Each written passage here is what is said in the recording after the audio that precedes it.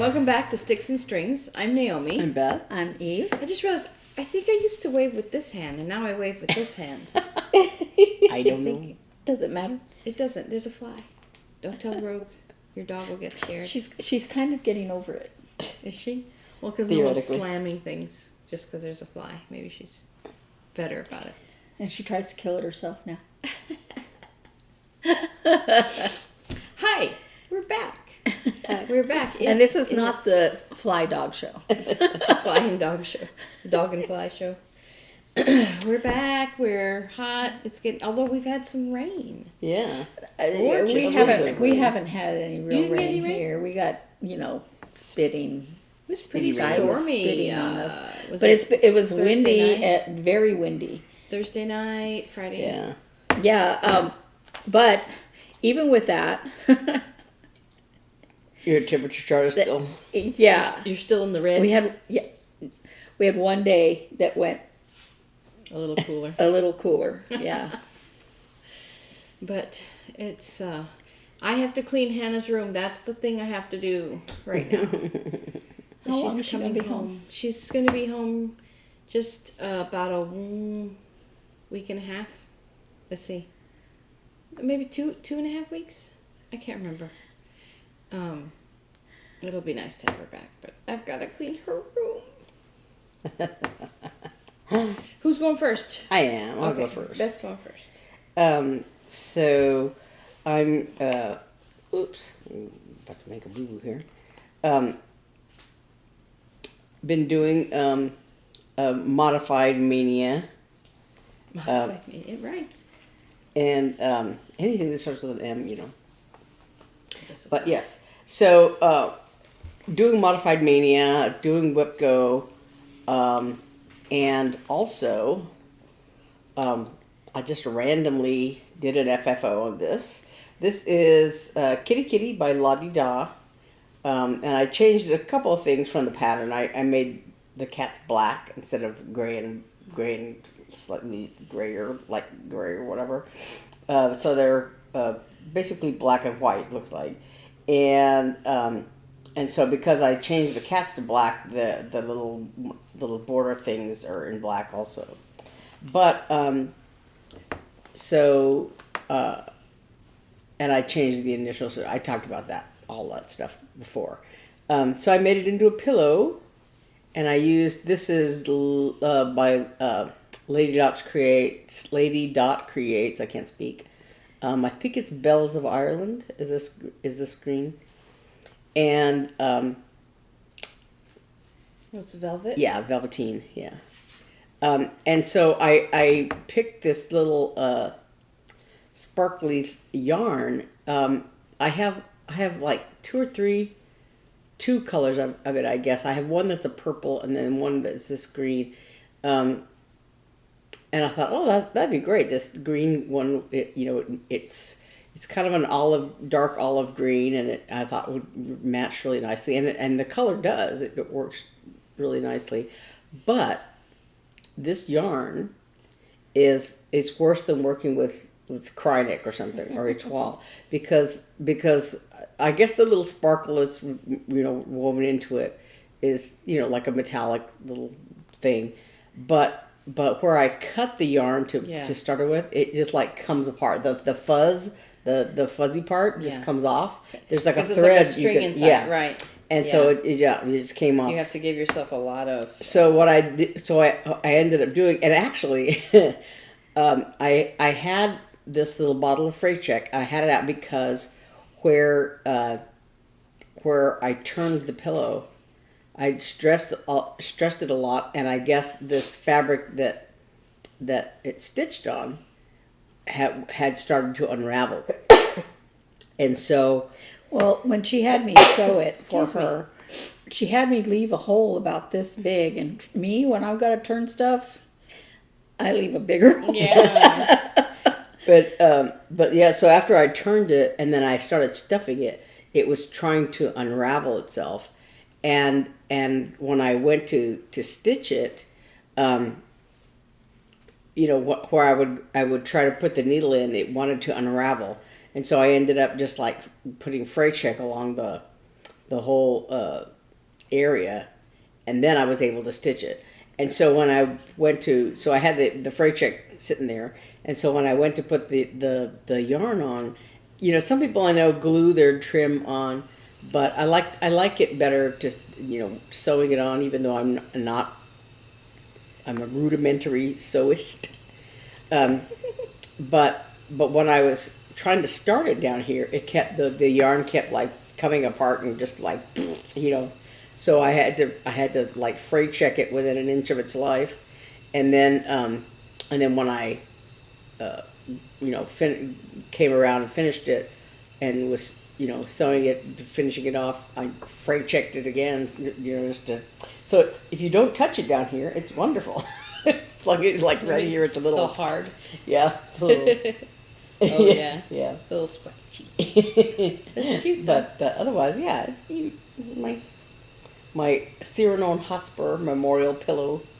That's nice. So yeah. And then so Oh brother. Sorry, just made a big mistake. So we're so talking about best pillows. No. it's like, and then you're like, oh no, she's gonna talk so much.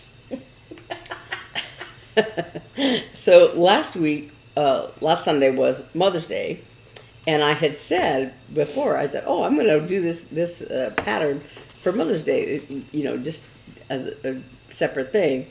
So this is Mother by Isaiah Gladstone of New York Dreamer, and I had worked on this a little before, and I had, you know, not Sorry, done. we had to- dog emergency. We had to save some crafts from the dog. So at the last minute, like, you know, in the middle of late at night or whatever, I'm like, oh yeah, I forgot to do that because I was doing this and that and the other. So I pulled this out and I worked on it, and I thought, well, you know, what am I going to do, more leaves, blah blah blah. But I decided, no, I'm going to do where it says Mother. Aw. So I finished that.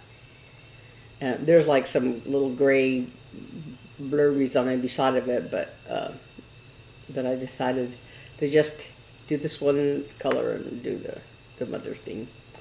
So yeah. So I did that last Sunday,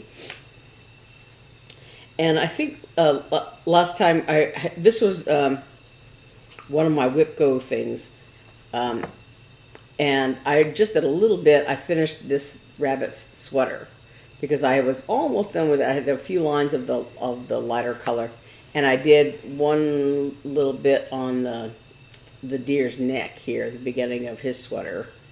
I just did a little bit there. But so that is my WIP-GO number 25, I think. So I hit that goal plus a few days. And then one of my other mania starts was this, what is this one? April Dolce Dormir by Madame Chantilly. And I had done my pattern for mania is like doing 11 new starts times 2, so that's 22, and then I'm going to do another one to make it 23. So I'm right now I'm reversing my my start. So this was number 11, and so this is my second day on it. So it's just did the leaves. What's that? Oh, that's This is it. This one. April Dolce Dormir. I see. This is just a corner start. So it's just the leaves on the top. So let me get this thread out of the way. So yeah, there's just more leaves, and then this is the other one. This is my number 10, the second day on it. So I That's started so in the middle on this one. I love that. And I did a little bit more. It's just a branch that goes through the whole thing. So there's some birds and bugs sitting on it. So, and the bunny is underneath here. So I just did more of the branch. So there's that. That's my. And today I'm working on more of my mania doubling. But before I get to that, I worked on my other WIP-GO pole, which is the nativity berry, the little berry. It's going to be not so little, because I'm not doing it on microscopic silk gauze. I'm doing it on 25 count Lugana. So I'm almost finished with the elements inside the stable. I finished Joseph's beard just like last night, this morning. So all that's left is some swirlies over here, and then I did an epic thread chicken on this when I was doing this deer over here, because I had this a thread chicken. thread chicken. Oh, yeah. okay. Because I had used it to do this color hazelnut to do Joseph's arm. One half of his arm, his robe, is in this brown color. So I had the thread out to do all this, and I had a piece left, and I thought, well, I'm just going to work on there's a cow over here outside the stable, and so I was working on it, and I thought, oh, I think I have enough to do the tail in this thread. And then as I was going down the tail, it's getting shorter and shorter, and I'm like, no, please, I don't want to have to start a new thread to do like 3 stitches or something. So Have you ever gone so far where you put the needle in, oh yeah, thread it, pull it through, and thread it? That's what I was Thread it. doing. I was That's what I just doing that today. That's what I was doing the last 4 stitches or whatever. And then it's like there's a long line like this, and then there's one little stitch on the end. And then when I went to tuck the thread in, I had to get my needle threader out because because I'm a thread licker, and so I was like, and then for that last thing, I couldn't even. It was so small. I had to get my threader out and pull it through. So I had like a little piece like this big, like. You're like, I refuse. I refuse to stop.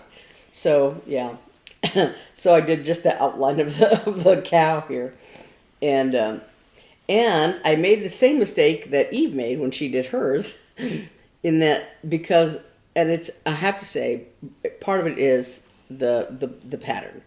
It's pattern fault. Not part of it. All of it. Yeah, because there's 2 symbols in the pattern. One of them is for the color grits, which is a off-white kind of, and it's a double parallel line, horizontal line that look like an equal sign, right? And then there's also a symbol that is 3 parallel lines. Oh no. And the color is honeysuckle. And if you hold them side by side, you can tell the difference. One is white and one is a pale yellow. But, individually, you can't really tell. But like I said, I was looking at the pattern and I saw, oh, double lines. Okay, it's white, just like the blanket that Mary's holding the baby Jesus in, and like the little sheep. I thought it's this double parallel line. And so I did all of these little swirlies around Joseph. Oh, And then I was when I was sort of like looking at other elements of the pattern, I realized that's not 2 lines, that's 3 lines. and so all of these little swirlies are supposed to have been done in that honeysuckle color. And out here, outside the little stable, there's an angel and a bird that are done in white, and the grits, and then a bunch of little swirlies all around it that are done in that honeysuckle color. And so you can't really tell the difference in the picture that these are honeysuckle and not white. Yeah. So that in looking at the picture, I thought, oh yeah, it says white, and no, it's not. It's honeysuckle.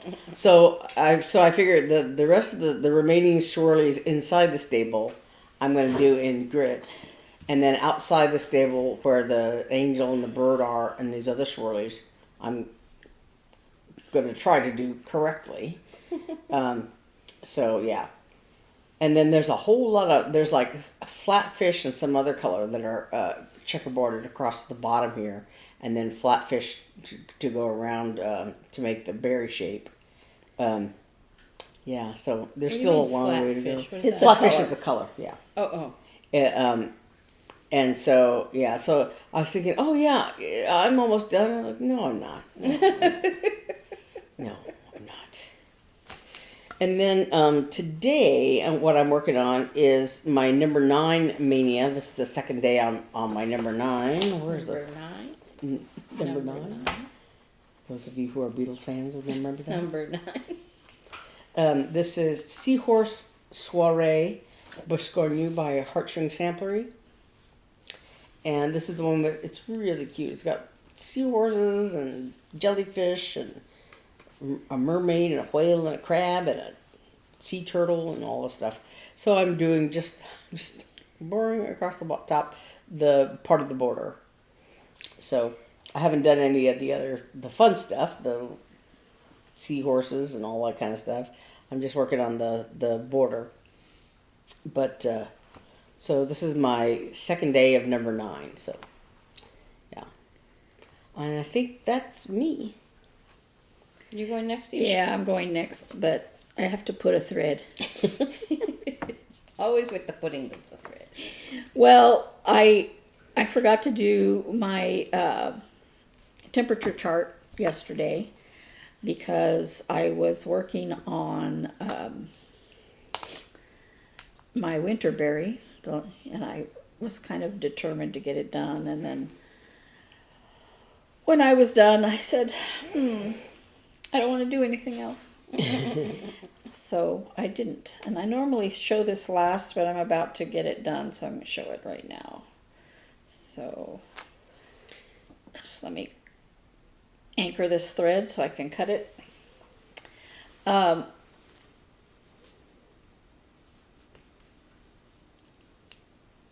I'll put all that away in a minute. So we had almost the same temperature all week long. Red. It was 97 on Saturday. And then, a week ago today. And then it was 100, 100, 104, 100, and 100. Those are all the same color. Do you have another red for like 115, 110, and all that? Mm-hmm. Yeah. Fire hot, super duper So red. right now we're here, and I have these 3 Oh, wow. otters. Hotter. Hellfire red. I have a feeling the whole middle of it is going to be that hottest one because I only had it go up to 115. Oh. So most of July is all just going to be that color. So, and then yesterday it was only 91. Yeah, it was nice yesterday. It was beautiful yesterday, which was good because that was that thread that I said I was going to deal with later. Mm-hmm. I think I just threw it somewhere. Oh no. Oh dear. Anyway, so that's. Do you find it? Oh, good. I hope it still has the needle on it. Yeah. I just it's Okay. That is the temperature chart, which is all the same color right now. Did you show the Oh yeah, the design? pattern. Yeah. Put up Oh, yeah, the Sapphire Mountain Handcrafts temperature SAL. I have no idea what I'm talking about right now. You want to show the pattern? Yes, I do. Just I don't want putting to it lose. I don't want to lose this again. There it is. So there's the pattern. Look at that variety wherever those people live. Let me see. I think the designer I lives look in at this Arizona. every week. I think the designer lives in Arizona, in northern Arizona. But I'm not positive.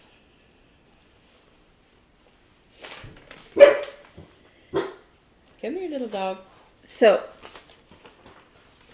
No barking. No barking. oh dear. No barking. I keep losing thread. She's losing her threads. Well, The stitcher's equivalent of losing your marbles. I love this pattern. I look at it I take it from you every week, and I look at it every week. It's so much fun. I like the flowers at the bottom. They're so pretty. Okay, sorry. Distraction.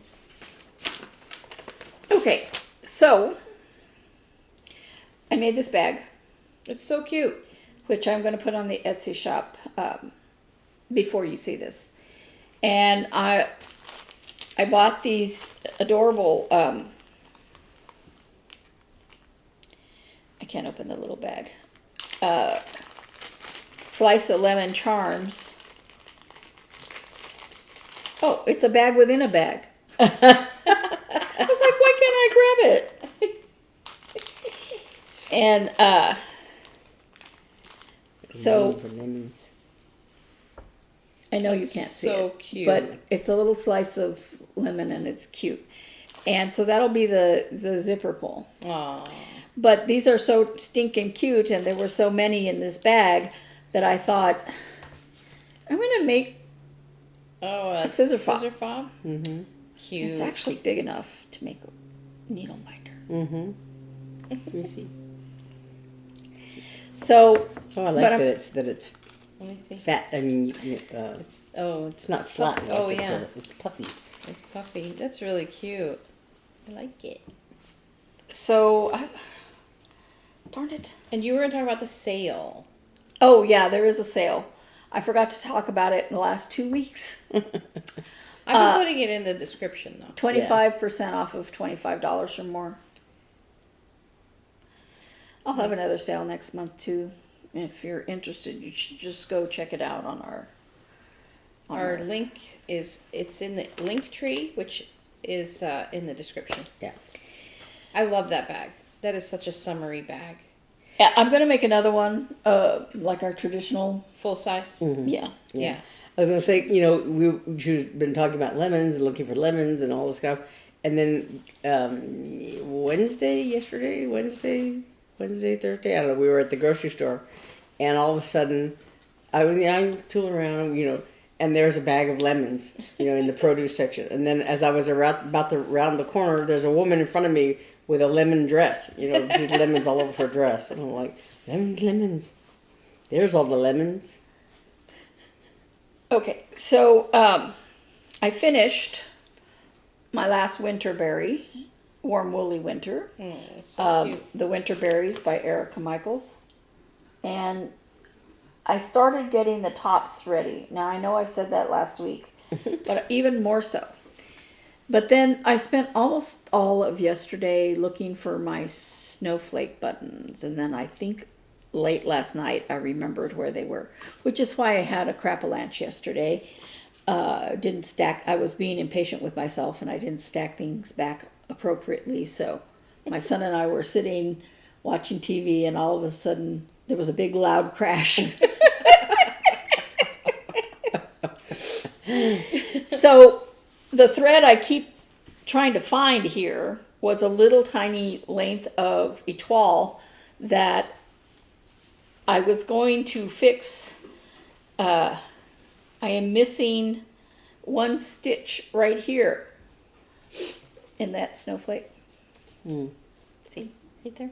Oh, yeah. But it disappeared. Not stuck to your pants or something. I don't know, but I'll look for it later. So, Just want to make sure the dog wasn't eating it. yeah. So, I have a big mess here, and everything's going to get lost. So, not just etoile. I have more etoile. If I can't find it, it's not the end of the world. Actually, probably the dog is going to eat it before I can find it. But, So, I worked a little bit more on the cat pattern, but it was just like a row and a half of white, so you wouldn't be able to see any. It would look exactly the On same. the plant pots, right? The plant, the kitty pots. Yeah. And then my WIP-GO pull for this month, the second one, Underwater World by Stitchy Princess. And I tried twice last year to start this, and the colors just wouldn't show up on any of the fabrics that I wanted to use, or they clashed with it or something. Sorry, I need to move these out of my way. So I said, I'm just going to pick some vibrant colors and put it on the fabric I want to. So this is on Malachite by DMC. And right now you can't see how swirly it is, but it is swirly. Now, this does not look like malachite. In actuality, malachite is dark green. I was gonna say it's very green, right? Yeah, with swirlies in it. But I thought this looked very oceany. Yeah, I think So- it's great. So I'm picking more vibrant colors. This dark blue is supposed to be a pale blue. This pink here is supposed to be a very pale pink. And they probably would have shown up, but I like this vibrant color better. So, That's Oh, really yeah. nice. yeah. So, that's all I've done. You've done a lot. You got some finishes and Yeah, I just keep losing threads. So, yeah, that's me. okay. Well, I've been a one-trick pony all week, as far as crafts go. Not my job. My job, I'm still doing all the different things for all the different people. I'm almost to the end of it. Now I need to put a thread.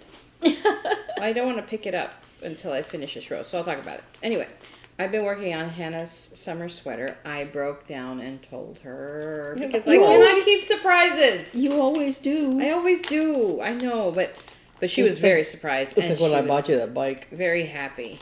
I just couldn't. And there's also a tiny, I guess maybe it's actually stems from insecurity, because part of me is like, what if she hates it?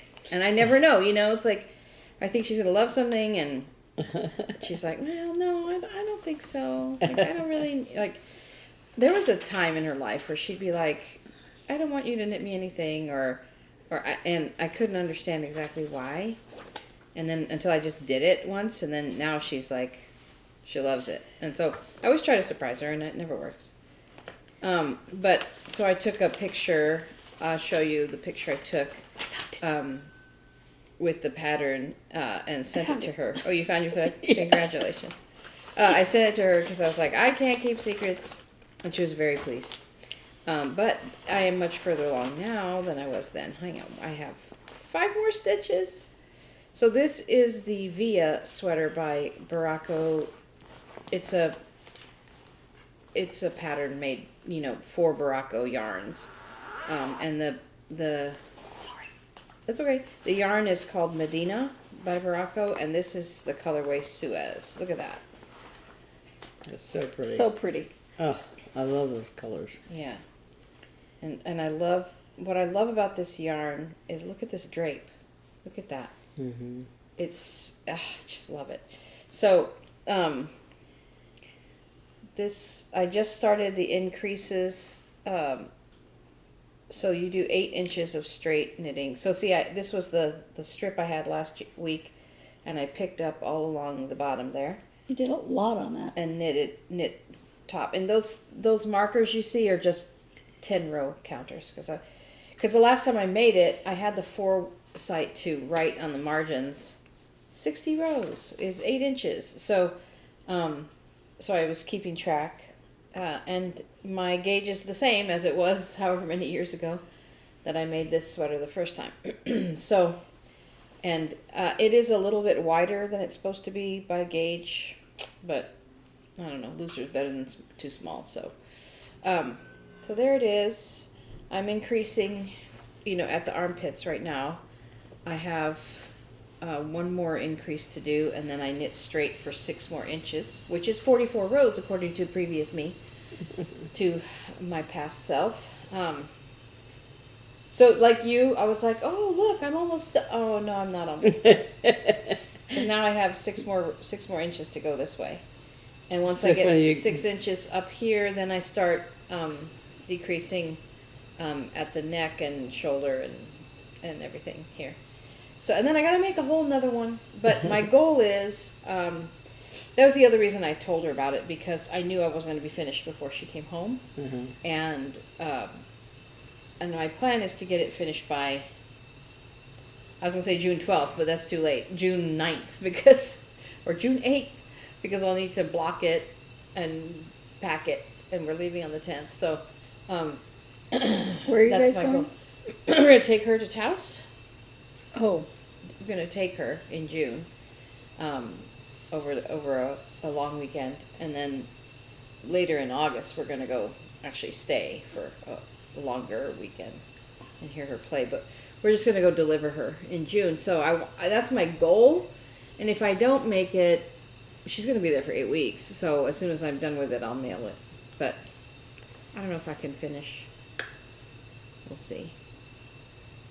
The other thing I did was I checked in with Jordan and kind of nailed her down a little bit on length. And I put this, I'll show you a picture here. I put it, actually it was just this morning. I put it on 2 needles so it's full width.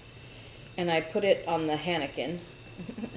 And here's a shot of it there, with this pulled right up to the armpits. And so it on the mannequin, it's just below, like on me too. It's like just below my waist or at my waist. Maybe she wants a short sweater, so maybe it's really shorter than I think it is. According to the Hannekin, this blue line falls right at the natural waist. But she's a little taller than Hannah. I don't know. So, and it's just a mannequin, it's just a dress form, so who knows. But she wanted it shorter anyway than Hannah's, so we're just going to stick with this length. And maybe it'll be too short. But she wanted like a belly sweater, kind of. But it's got the ribbing at the bottom, which, if it was like a straight hem, it'd be cute, very short. But anyway, so she thinks it looks good.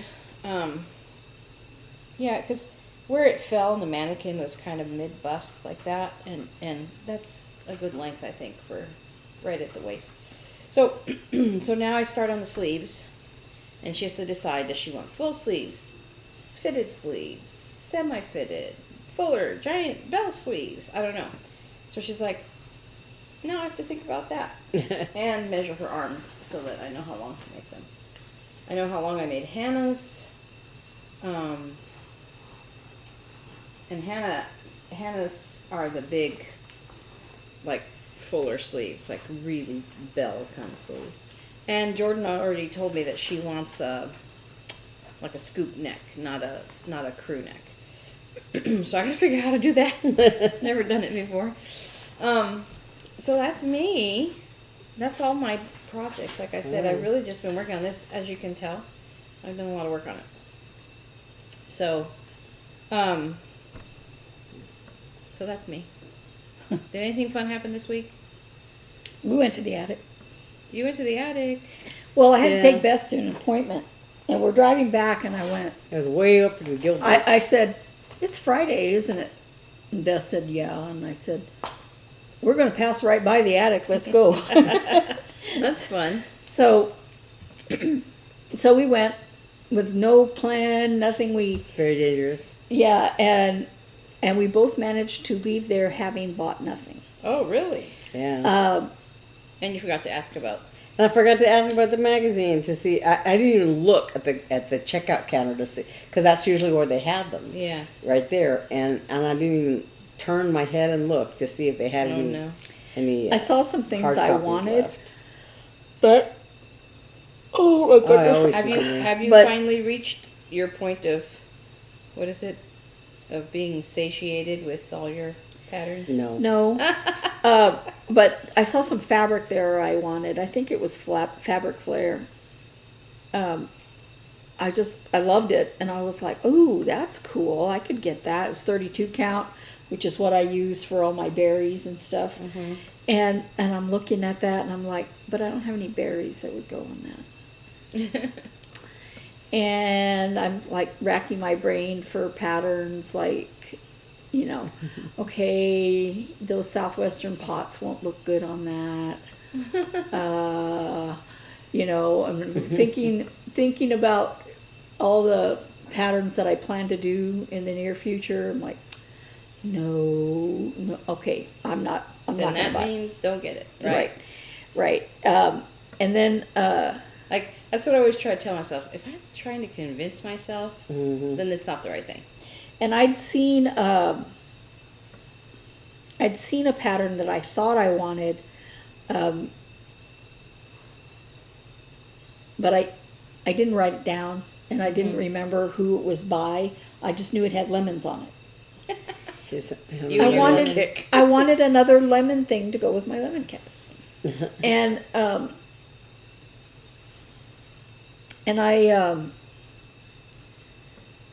I asked them about it, and they tried, and I'm like, no, that one was. And so I'm going to have to wait until I actually know what I'm looking for. Then I can ask them to get it for me. Sure. You know, it's like I'm not going to sit there and waste their time, you know. Yeah. And waste your money to get it and be like, I think I have something that'll go on it, and then and then not. I thought, well, I'm gonna, because I had decided on the 3 projects that I'm going to do for Crossstitch camp, but I thought, well, the last one, do something new to you, like a new designer or whatever. I thought, well, I could look for maybe a pattern that with some designer I've never used before, and so I was looking around a few things.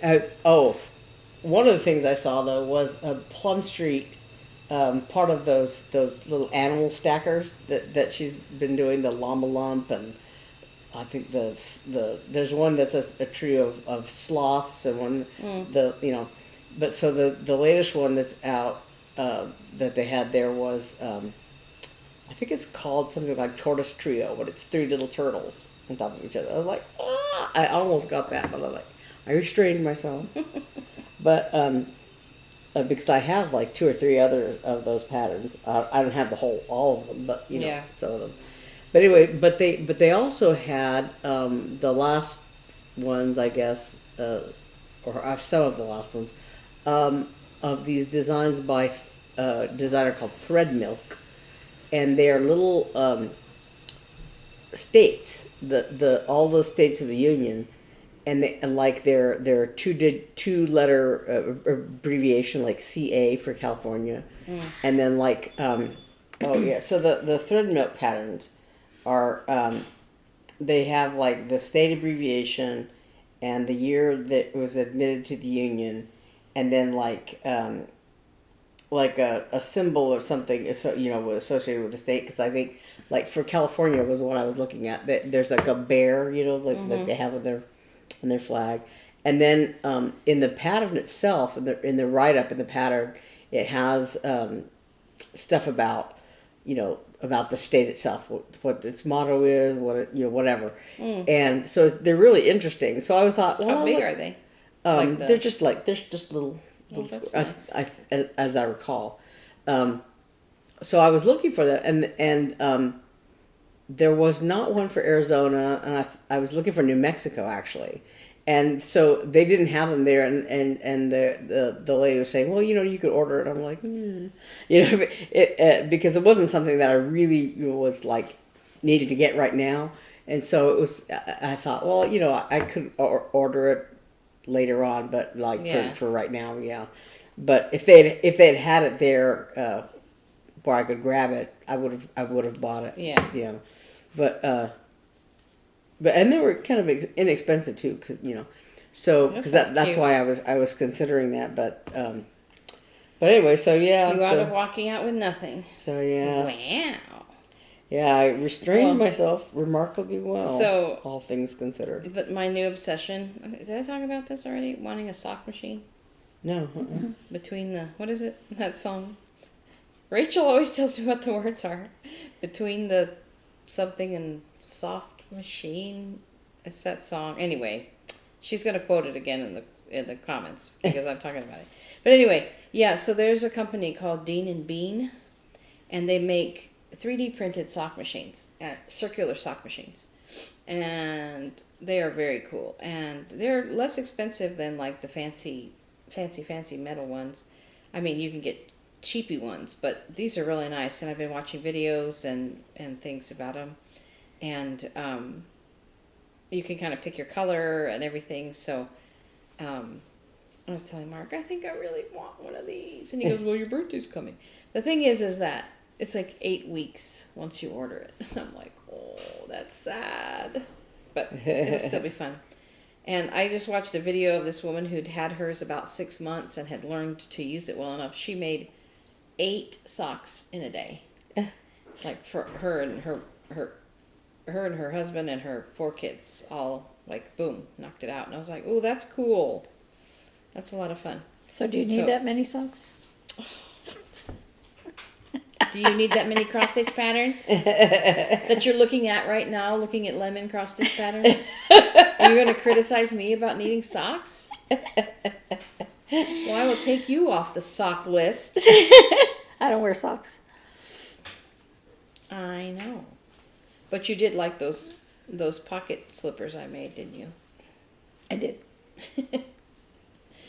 You know, I wore them the other night. I mean, you know, the other month when it was cold. I thought I've got those little slipper things that Naomi made, and I put them on, and then I like one of them just like I moved my foot wrong and it came off, and I was like, yeah. So those that they're talking about, it's called a pocket slipper. If you look up the pattern, and I'm trying to remember now even how to make it. Oh yeah.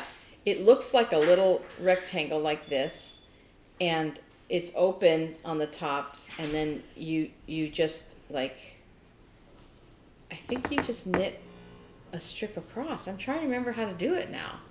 I know it's called a pocket slipper because it looks like just a square, but when you put your foot in, the strap goes over like the top of your foot here, and your heel goes in the back, and so it comes to a point at your toes. And then the other point is at your heels. And I don't know where I found the pattern. I think I still have the printout in my box. And I made a bunch of them. And the idea is like you make a bunch and you put them in a little basket in your guest room where your guests will come and they can just have a pair of slippers to put on. And I made them for everybody. But yeah, it's been a while. But yeah, that's what they're talking about. yeah. No, you don't need that many socks, but people like socks. I like socks. I did find a pattern for hiking socks.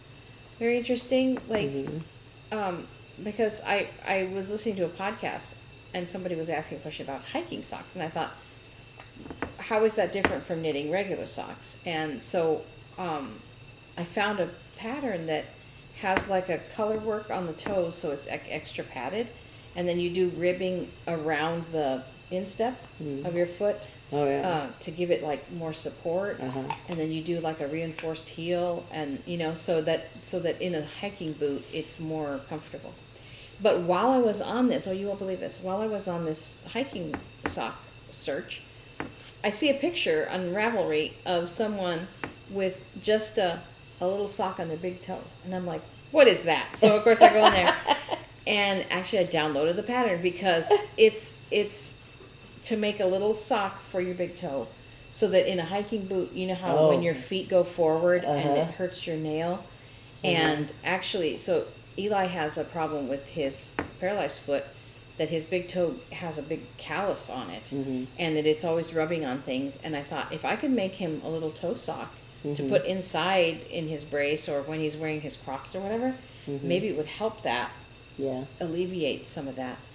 And so I have a little pattern for a toe sock. I'm like, Well, you know, hysterical. when once upon a time, there's a festival in a town in Conway, Arkansas, which is about a half an hour out of Little Rock, but it's called Toad Suck Days, D-A-Z-E. And T-O-A-D, Toad. Yeah, Toad, yeah. And so, because there is an area there outside of Conway called Toad Suck. And there's all kinds of legends about why it's called toad suck. But anyway, it's like a I think it's on the Arkansas River or something like that. But anyway, so for toad suck days, they do all kinds of toad related things, and you can get all kinds of frog things and all kinds of stuff. But so a friend of mine who lives in Conway had invited me one weekend to go to that, and there's a 5K run, run, walk, whatever, 5K associated with all the festivities around Toad Suck. And so she and I were going to do the walk together. And then at the last minute, something happened. She had like some kind of problem with her knees or something, and she couldn't do it. So she, she was there to sort of, cheer me on or whatever. And I went in and did it. And when I was like, I guess I was in the bathroom because we were all getting ready to walk and whatever. And these women were talking about, I think they were runners or something, and they were talking about their toenails turning black or something like that. And I was like, because of course among runners and walkers, those of you out there who might do that sort of thing, there's an issue with like when you're running or walking, your toes bump against the front of your shoe like that, and so if your toenails fall off. Yeah, if you get bruised, your toes get bruised. Like that, your toenails will, and so I thought, well, that's kind of ooky. But then, I did this whole walk, and I could tell, toward, the further along I got, one of my toes, my feet were getting sore like that, and so a couple of days later, I guess, one of my toenails got very bruised, and the toenail eventually was like, it was loose, and I was like, oh, like, gross. And yeah, so it eventually came off, but it was like, it was so gross, and I was like so worried about my toe. I was looking at, because it was discolored like that. It was purpley or whatever. I'm like, so this is what they mean. Yeah, I've never had one fall off, but I've felt that. So yeah, it was gross. But You don't have that happen if you don't do any of that stuff. yeah, but there are other consequences to that as well.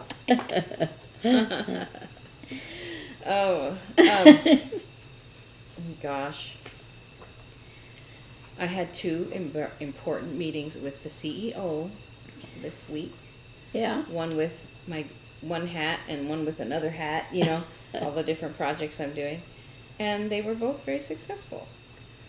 And actually, another VP came up to me and said, it was a very professional presentation in the meeting yesterday. And I was like, thank you. It made me feel better.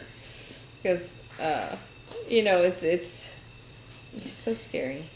He's not a scary man, but it's always scary. Like, what if I say something totally stupid? And like, so one of the issues was, I guess there was a part of one of my projects that he kind of disagreed with and felt like other orchestras in the country did it differently.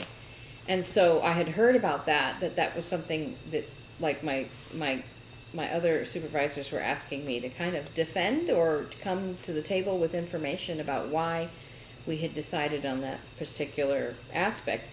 And so actually I went the morning before the meeting and started actually calling other orchestras in the country, asking them how they did this particular thing. And turned out he was right. Mm-hmm. And I was mistaken, and me and another manager were mistaken about our ideas about this. So I had written out the information in a spreadsheet and brought it with me to the meeting. And I was like, actually, I called these orchestras. Some of them are above us in budget, and I went down past us a little ways, kind of similar orchestra size to us. And I'm like, and yeah, and he was kind of like, well, if I was going to come to the table and like disprove you, this is the spreadsheet I would bring. And I said, I know, I can admit that I'm wrong. Like, I didn't realize this before, and I did this research, and yeah, you're right. Like, so I think he thought that he laughed about that for like 10 minutes. He thought that was hysterical. That I brought something supporting His position. rather than, I mean, none of this meeting was ever contentious, but Yeah. it was just a kind of a decision-making point, you know, and it really was what to charge for something, and, you know, the finance senior VP really wanted to charge more, and I'm like, the orchestras aren't doing that. This is what we're, you know, this is the typical thing, and so it was very funny. He thought that was hysterical, that I brought information to prove myself wrong. And I'm like, I'm not above that. I mean, like, I want to do what's right. And yeah, I didn't realize. So there it is. So, Yeah. Well, yeah. you know, and Mark was like, no, that's great. Because you found actual information to support the idea, and you have to, you know, and you can adjust your idea, you know, to meet what is conventional. And anyway, it was just, but so that was kind of a win for me this week.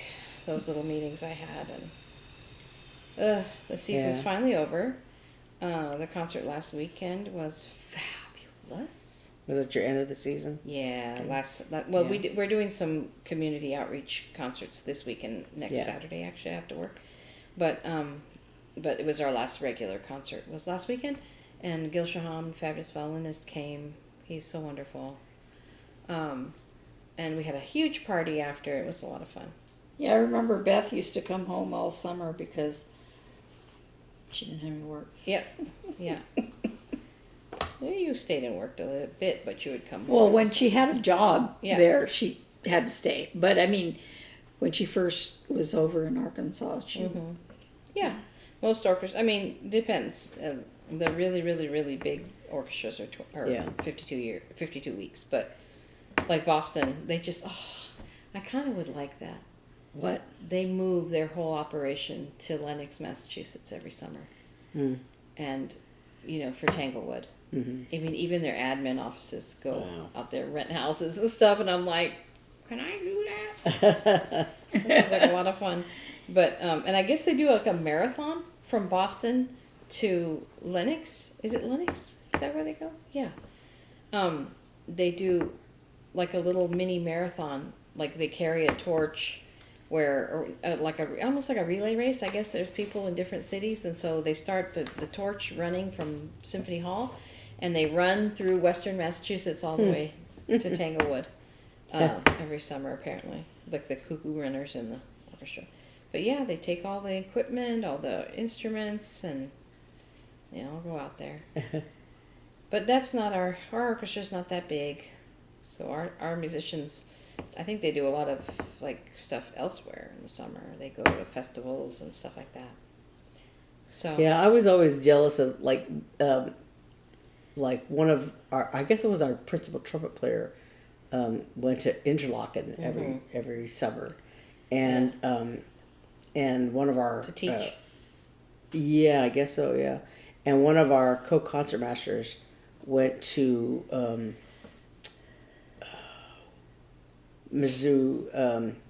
Columbia, Missouri. They did a summer thing there, so he went to go. It was a retreat thing, but so yeah, he went to go play there every summer, and and things that, and I was wanted to do that, but A, I wasn't on the same level, and B, I was I had to you work, have to audition, and that is work. You get paid for that. but I mean, I had to work, job, yeah, day job. Yeah, so it's a thing.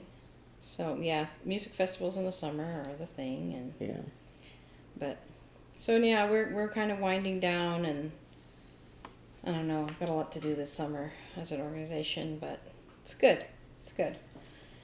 Yeah. And so a week from today, I will have a new fridge. I'm so excited. I can't wait. Did you get your drywall yet? We have our drywall. We have a wall. Here's a picture. A beautiful wall. It's not painted, but the cats are no longer licking the pipes, so that's good. And so the drywall's in. This week we have a guy coming out to measure. But they're like, we don't really need to do measurement because we just did the house around the corner. That's exactly the same as yours, just flipped. So they kind of already have our kitchen measurements and stuff. But we're going to talk to them about options for the cabinetry. Mm-hmm. And then, so that's happening Thursday. And Wednesday, I go pick my granite slab. We finally picked a design that I want, and they're going to put 3 of them out. And I get to actually pick the actual slab. And then the guy at that shop was telling us, I said, what do you do with the extra? Like, where they cut out the sinkhole and they don't use this piece or that piece. And he goes, a lot of people ask him to make like the top for a Lazy Susan out of the sink cut out. And I was like, because, or, you cut it to a particular, cutting board, or you cut it to a particular size and you put it like on an end table. And I'm like, So because you bought the whole slab, you have to buy the whole slab, and they just pitch it, So I think I'm going to ask about a Lazy Susan for the dining table. That way it's easier to play cards. yeah. And and it'll be pretty. Yeah. And it'll tie in, and I don't know. Mark's like, what about coasters? I'm like, no, granite coasters don't work. They'll just sweat, and they don't absorb. So you have to put a cork on the back of it or something. Well, but the sweat just accumulates on the top on the rock. You might as well not have a coaster. Right. Or worse, it'll stick to the glass and drop and break. Well, those.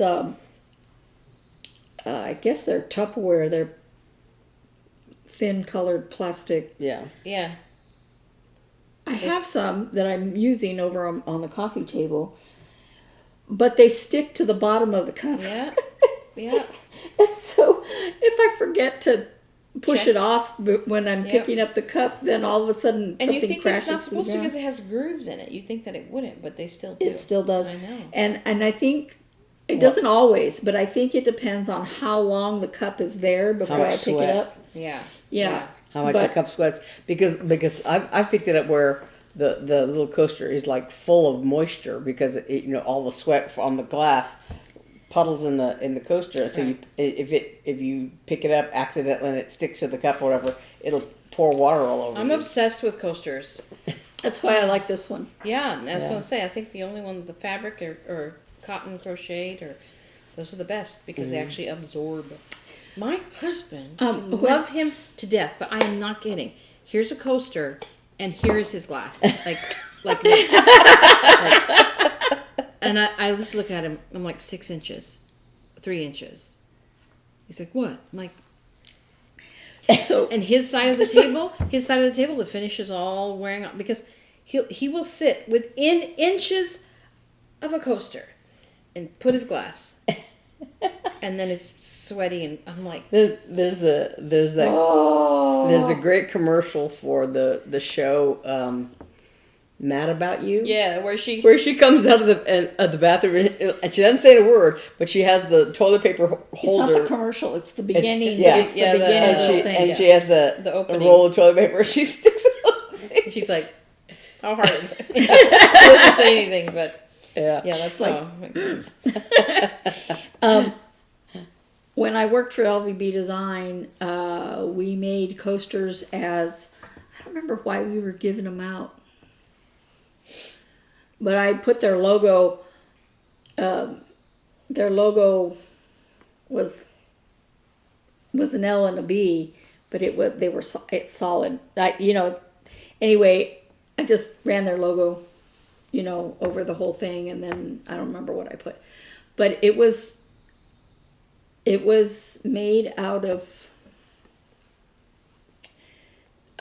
like a mouse pad.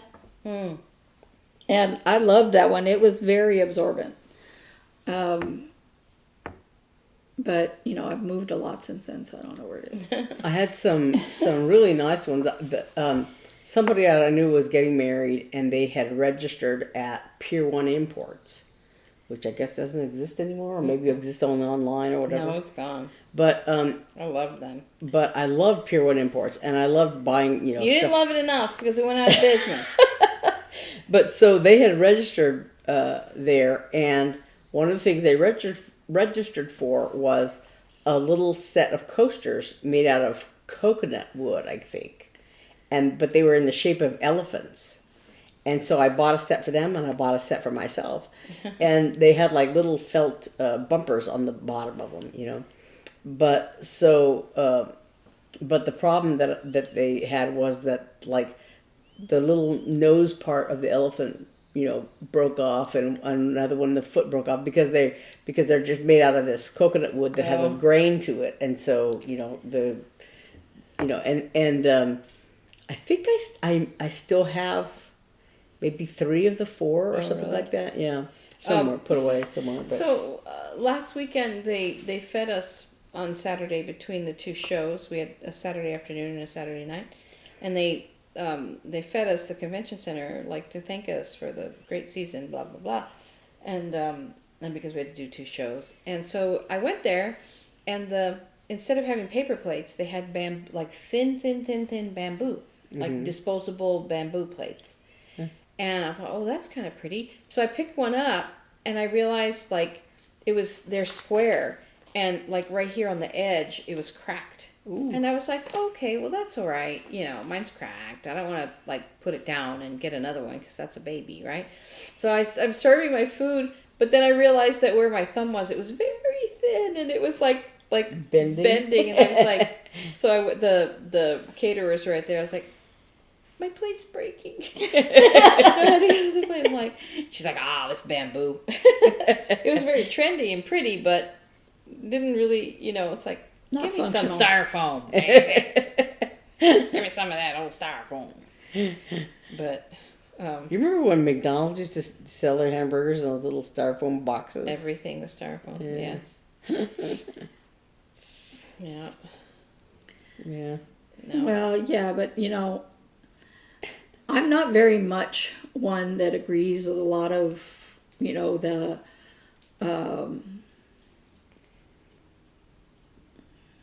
I hate paper straws. The earth thing, right?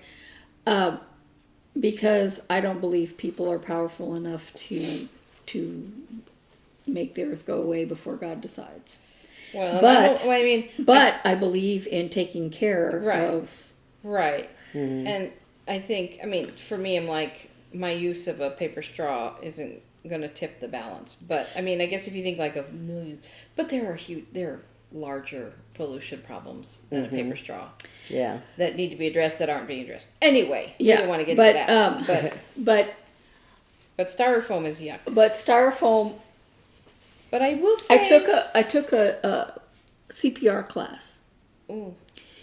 And I was done with styrofoam. Because, especially with children, they will bite it because it's fun to bite. It's squeaky. They will bite a styrofoam cup, and if a piece of that styrofoam goes into their throat and blocks their airway, Heimlich, nothing will get it out other than forceps. Because it's porous enough that the Heimlich cannot force it out, but solid enough that you can't breathe. Right. And so the instructor was like, don't let your kids use styrofoam cups. Yeah. But I will say, I'm sorry, McDonald's. I know we have McDonald's every week. But a Chick-fil-A, icy Chick-fil-A soda stays cold all day. Yeah, because it's in styrofoam. But, yeah. Well, just like those, that's why they make those little cheapy coolers out of styrofoam, because, just, but insulation. Back to my favorite subject of my kitchen. We picked our sink. You want to see a picture? Here's a picture of our sink, and here's a picture of our faucet that we picked out. The Proper Brothers show, right? And then we had to have a serious debate on our family chat between Hannah in Boston and Eli at work, and I was at work. Don't tell. And I was just like, okay, serious family debate, because I was trying to decide between 2 different kinds of cabinet pulls. And so we finally picked one by consensus, and it's kind of like an Art Deco look to it with like a brushed bronze. So it'll be nice. But that was funny. We were like debating and back and forth. And then I also, because we were looking at the brushed bronze colors, and I was also like, there's also like silver, like stainless chrome? color, Oh, you know, uh-huh. like a pewter, a light pewter, or a stainless. And Mark goes, I veto silver looking, you know, silver colored things. And I'm like, wait, you have veto power? How would you have veto power?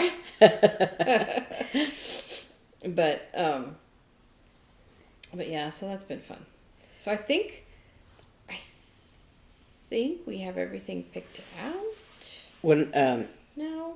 in my apartment, my second apartment, in Little Rock, they had renovated this old building, and so I think one or two of the apartments had like gold colored fixtures or whatever in the kitchen, but all the rest of them had black. It's just the drawer pulls were these little round black kind of button pulls, but all the cabinets were just a plain simple handle that looked like it looked like a wire handle, just a straight thing.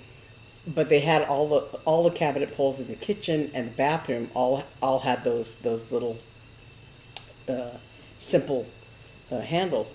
But my cat Snug could grab those. He figured out how to grab those little handles, so it looked like a little person. He would stand up on his back legs and he would grab the handle of the cabinet with his little paw like this and pull the cabinet open, and he could get in. Oh, well, Storm opens Robert's door. Yeah. Yeah. So, but Puck would stand there he'll stand there with the door open an inch and stand there like, I don't fit through there. I don't fit through there. Instead of grabbing with his paw like a normal cat would do. Yeah. So, okay. So I've told you about Hobbs and his ridiculous television scratching, right? He only does it if I happen to sleep in my recliner in the wee hours of the morning when he decides I should get up. I realize what it is. He wants me to get up and go to the bathroom so that he can cry. Oh. He has you very well trained. He does have me very well trained, but what I do is I wind up flying out of the chair and screaming at him because he stands up at our big TV and goes. So I'm like, okay, I'm so smart. I'm going to set a cat trap. So I'm going to show you a video in a second. I think I can cut in a video. I think I can. I put all these empty Coke cans along the edge and also some plastic lids that were kind of half off because I figured if he stepped on them or whatever. And then I balanced a plastic lid on the top of the television. Very carefully balanced. And one time he got up there and it fell and knocked a can down and he ran away. And I thought, I'm a genius.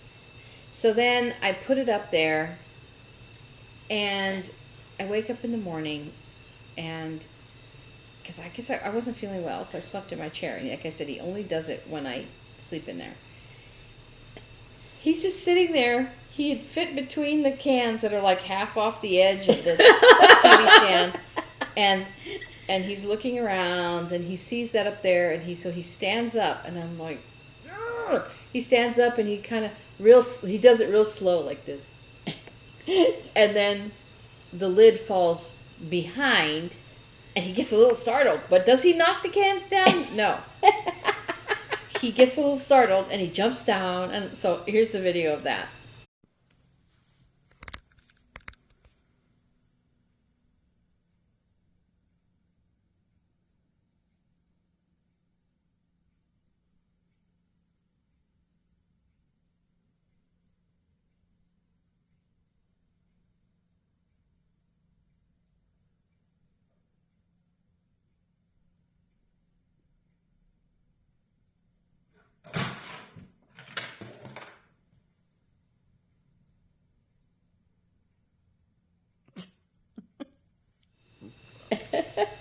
So that was a video of Hobbs outsmarting me. He's such a brat. This morning he was driving me crazy. And I realized that what he wants me to go to the bathroom so that he can jump on my back and be close to me even though he slept with me all night. It drives me crazy.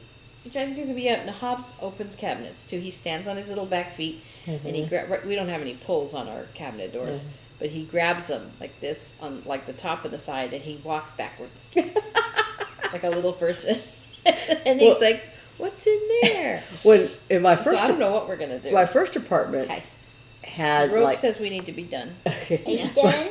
My first apartment had those little had I guess just regular little round knob pulls, but they were, the cabinets were like on those springs, and so Hotspur and Cyrano figured out if they kaboom kaboom kaboom, and actually on one of the cabinets they had pulled the little veneer off of the little strip off of the edge of the cabinet. It was like and but I actually went to the hardware store and got the little like snap lock things and installed those on the cabinets so that I could so that they snap shut and I could pull the open but there was like a little where it fits insert inside, thing and because that was the only way I could keep them from banging on that cabinet. Fortunately, it was only like one pair of cabinets in the kitchen. That they didn't realize they all opened.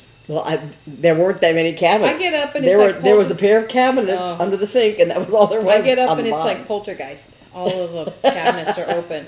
If he's particularly mad, well, it's all open. When I first moved here to Phoenix, I lived in Chandler, and there was one night when I had the trash can under the sink, right? Under the cabinet, under the sink. And I came out one morning, I guess, and Snug had opened the cabinets and knocked the trash can over, and all the trash was all over the floor. And, and I don't know. And then there was one time when he got up there and knocked it might have been that same excursion. He knocked my cookie cutters, I had a little plastic tub of cookie cutters all over the floor. It was like the kitchen was a disaster. He's the same one who I had put a plant in my kitchen sink in my other apartment. Knocked it down. And he dug it out. I had put it there, because it was like way up high, and so it didn't get watered very often. And so I thought, I'm going to put it in the sink and let it soak for a little while. And he kind of was sniffing at it, but I thought, it'll be okay. Famous last words. Because in the morning, I woke up and it was a big pot like this, it was like a fake teacup looking thing, and I had it in the sink, and he had dug all the soil out, and it had a pothos in there that I had since graduate school. He had killed it, unearthed it. It still hung on to life for a little while after that, but he had put all the soil that was in this big teacup. There was soil all over the counter in the kitchen and all over the floor, all over the sink. And then when I woke up and I was like, oh my God. And so I was filming it with my camera, my phone, and he's like rolling around in the dirt. I'm like, He thought you just brought a new toy for him. oh yeah. He had a ball. Oh my gosh. The only time Puck did anything equivalent was when he killed my styrofoam filled elephant, and he had styrofoam all over himself, all over the couch, all over the floor. He had in his eyes. Yeah. And it was like 10:30 at night, and I'm over here vacuuming. I was like, I want to go to bed, but yeah, I'm back in the vacuum. Well, we better go. Yes. I've got stuff to do today. Got to go look at some furniture and lamps, and I don't know what all Mark has in store. So, more fun Yes, things. and I need to find buttons. Okay. You go to the attic? To Hobby Lobby? Oh, Joanne's maybe. Oh, Ooh, yeah, that sounds yeah. like fun. Thank you for joining us one Yes. more week, and maybe next week I'll have a whole side done and starting on a new one. But happy stitching and knitting and crocheting to all of you, and hope you guys aren't getting too hot yet wherever you are. Thanks for joining us, and we'll see you again next week. Bye. Bye.